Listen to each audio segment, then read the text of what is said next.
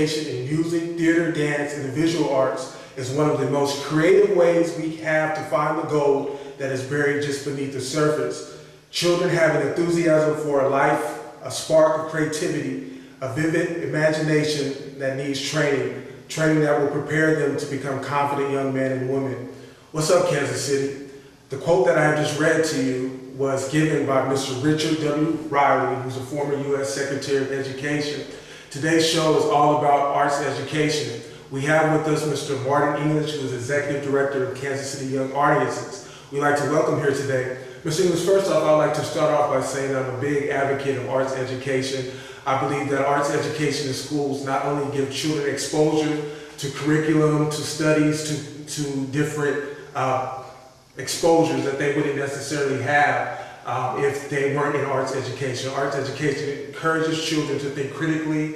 It encourages future artists, future entrepreneurs, future innovators. I mean, the list can really go on and on, but I digress. Mr. English, why don't you tell us a little bit about yourself, your background, and what brought you to Kansas City Young Audiences? Well, my personal background is I have a Master of Fine Arts degree in theater from UMKC, and that's how I ended up in the area. And Kansas City Young Audiences has been around locally for 52 years. That's right. So it's a long time organization, and many years ago, I was actually a teaching artist, and I was on the roster with Kansas City Young Audiences, and I was going out into the schools and doing workshops and performances and theater.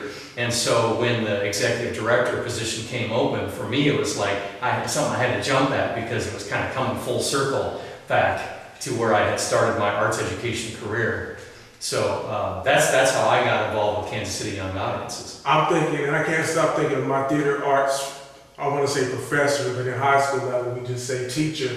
What kind of exposure did you have to the arts in your own career before you came here? Yeah, well, it was a high school teacher just like you who really got me involved in theater, and I found out that I really loved it, and so I started, when I started college, I took some theater courses, and then I decided to major in theater. But some really early on experiences, when I was in third grade, I was in a talent show where I got to do some impressions of TV personalities, and I did these impressions in third grade, and the audience laughed, and they had a good time, and I was hooked. It was like, this is something I really want to do. I want to be in theater. Yeah, so there's a lot of students out there that it's the arts that really gives them a connection to the passion to do something different, to explore different cultures or explore other curriculum ties. It's the arts that really gets them fired up. And you're from Los Angeles, Mr. English? I am from Los Angeles originally. I lived on the West Coast for many years, and then came here to Kansas City to go to UMKC, and when I graduated with my master's degree, I just stayed, and then I found a job at Young Audiences, which I'm thrilled to be at. Awesome. I like that artistic expression. Young Audiences nationally was founded in Baltimore in 1950, I don't want to guess at the date, by a group of chamber orchestra performers who wanted to expose young children to music, more specifically live concerts. Can you talk a little bit about that? Sure. Well, Kansas City Young Audiences is one of 31 different affiliates around the country of the National Young Audiences. So there are 30 other organizations around the country that are a lot like ours. They're doing arts education in the schools and community centers, etc.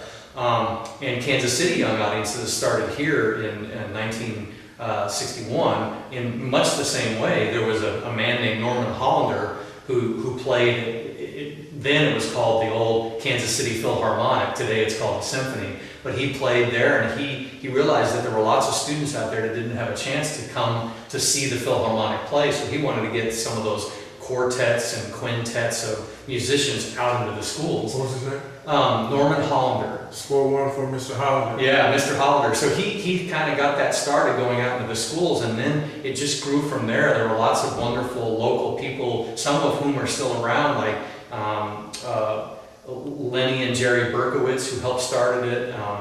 Bob Lyons, who is another person who helped start Kansas City Young Audiences, and so it started off with just chamber music going out into the schools, and then it grew from there. And so now, Kansas City Young Audiences, we work with 200 professional teaching artists who go out into the schools and they do all kinds of arts disciplines. They do workshops and performances and residencies in all arts disciplines: theater, dance, music, creative writing, everything from West African drumming and dance to hip-hop poetry to juggling to storytelling, you name it. Well, in my introduction, I infamously neglected to mention that Kansas City Young Audiences provides instruction in creative writing, dance, theater arts, visual arts, and music, and has provided instruction for over 150,000 students just last year. Yeah, it was, and we average anywhere between 125 and 150,000 students served each year. So we're in about 200 locations around the Kansas City metropolitan area. Those are schools and after-school locations, community centers, and that covers about 8 counties. So we serve a lot of students in the Kansas City area. And the other thing I wanted to mention is that we also serve a lot of Title I students. And Title I being, if a student it qualifies for a free or reduced lunch, they're called Title I, and there's lots of Title I schools in our area. And last year, out of the 125,000 students that we served, 78,000 of them were Title I students. So when we go out and we raise funding, that's really what we tell people is there's a lot of students out there who are craving arts education, who want to connect with the arts, but who they don't personally have the money to go to an arts show or a performance, or their school district may not have the money to bring arts education in. So that's how we go out and fundraise and say, look, these are students who, if we didn't bring the arts education to them, they probably wouldn't get it. Mm-hmm. Wow. Amazing, Mr. English. Kansas City Young Audience Community School of the Arts opened in January of 2004 and has helped to revamp music and arts in the Music and Arts building on the St. Teresa's campus at 5601 Wyandotte. Can you talk a little bit about the construction of?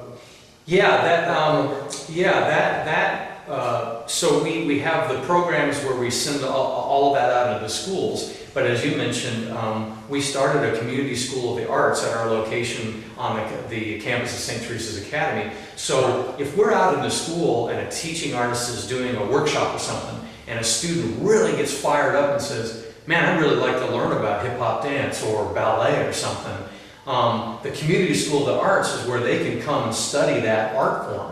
So every day during the school year. So they actually come to you? That's right. They come to our community school of the arts. So like I said, we go out and serve a whole bunch of students, but then if something we do out there in the schools is something they really like, then they can come to our community school of the arts and they can take classes in that art form. And it runs every day after school hours from 3 to about 7 or 8 p.m. through the school year. And then throughout the summer, we also run a whole bunch of one-week summer camps that students can come to. So at the Community School of the Arts, again, we cover a whole bunch of different things from, hip-hop dance and spoken word and poetry to ballet to tap to acting classes, improv classes, visual arts, all kinds of things that students can come and explore after school or Saturdays or during the summer. How many teachers do you have? In the Community School of the Arts, I think we probably have between 30 and 40 teaching artists, and we also have scholarships available. So again, those students who maybe don't have the money or their parents don't have the money can come and apply for a scholarship and come to the Community School of the Arts. That is really excellent. I wish I had known about that. This is kind of foresight. I don't have regrets, but I wish I had known about that when I was a little younger. What's up, Kansas City Artists? I would definitely encourage you to take advantage of Mr. English's information. For more information for specific classroom instruction, specific programs, scholarship information, log on to www.kcya.org. That's right. Is that right? Yeah, and the website is great because you can just go and click on the Community School of the Arts and a whole list of all of our classes will come up and who teaches it and and all of that. And same thing for if you're a school teacher or you work at a PTA or a PTO and you think, Boy, I'd like to have some artists come to our school and help do something. Again, we've got a whole list on the website, and you can just click on it. You can search it too. You can say, I want to search for an arts program that has to do with math or science or connect something like that. And that's the other thing I wanted to mention is we've got great teaching artists who connect their art form with what the students are learning in school. So for example, we've got this great jazz program that goes into the school and it connects music to math. Wow. So the students are learning about math while they're learning about jazz. We also have another program that goes in, it's a creative movement program where the kids get up to get, sort of dance and creative move, and they're learning about simple machines like wheels and levers and pulleys and gears, and so they're learning this stuff while they're having fun doing the arts. So that's what we're all about, is the arts really open a window to some of these young minds and help them understand that, oh hey, wait, I get math now, or I get science now through the arts. You hear that? Click away, you future Dorothy's on Wizard of Oz, you future Pablo Picasso's. This man here is providing some valuable information that's designed to invest in your future arts career. I would definitely encourage you to do your research and start moving along that path. Kansas City Young Audiences' mission statement, I wrote that down here, is to engage all youth in the arts, promote creativity, and inspire success in education. What challenges has the organization faced under you as executive director, Mr. English? Well, all of us nonprofit organizations went through the challenge of the recession, right, the crash. And funding went down a little bit, but I think our biggest challenge right now is that school budgets are still being cut. School budgets, they're spending less money on arts education now. And so we have to go out and raise additional money so that we can keep going and putting arts education in the schools. And so we seek grants from foundations. A lot of great local foundations help support us, like the Hall Family Foundation and the Kaufman Foundation, Francis Family Foundation, H&R Block. These are all great local corporations and foundations who really value the arts, and arts education. Sprint is another good one. And so we get grants from them to put that programming in the school. So I think the challenge continues to be for us the lack of school funding, the budgets being cut. And the other challenge, I think what I mentioned before, is the Title I students. In the 6 biggest school districts that we serve, last year the percentage of Title I students rose. So Title I students are that population is growing. There are more and more students who are qualifying for free and reduced lunches. So even though some of the economy's turned around, it really hasn't for a lot of people in Kansas City. So that's what's really important about the fundraising that we do, so that we can keep providing arts education for those students who otherwise wouldn't get it. Wow. I would encourage our listeners, if they are our viewers, if they're able to invest time, perhaps money, to contact Mr. English and offer their resources. Again, you did mention that there is a viable link between education and arts, and a lot of your teachers will come in and adapt their content to appeal to the academic course of the curriculum of the instruction. Real quick, I want to kind of touch on your upcoming projects before we wrap up. We have the Trudy Award recipient, Mr. Alan Gray. Mm-hmm. Trudy Award is named after Trudy Benjamin Ziegler, who was a KC Young Audience board member. And of course, Mr. Alan Gray, who's been here at What's Up Kansas City, one of our politicians, city councilman in Lee Summit, and I want to get this right, founding chair of the Kansas City Friends of Alvin Ailey. Can you tell us a little bit about why Mr. Gray for this particular award and what the ceremony is going to come? Yeah, Alan is a great arts advocate. He's a great activist.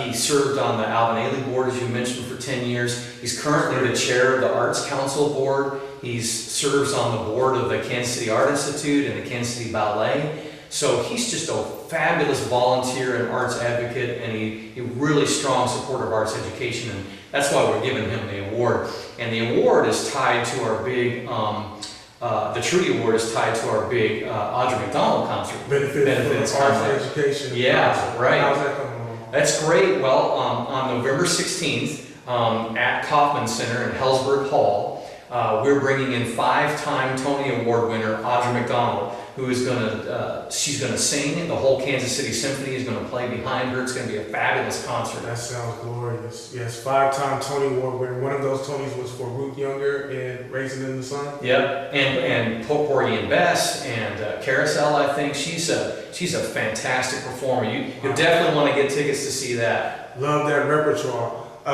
What other things might you want to mention? Upcoming projects? Is there anything that we haven't talked about here today?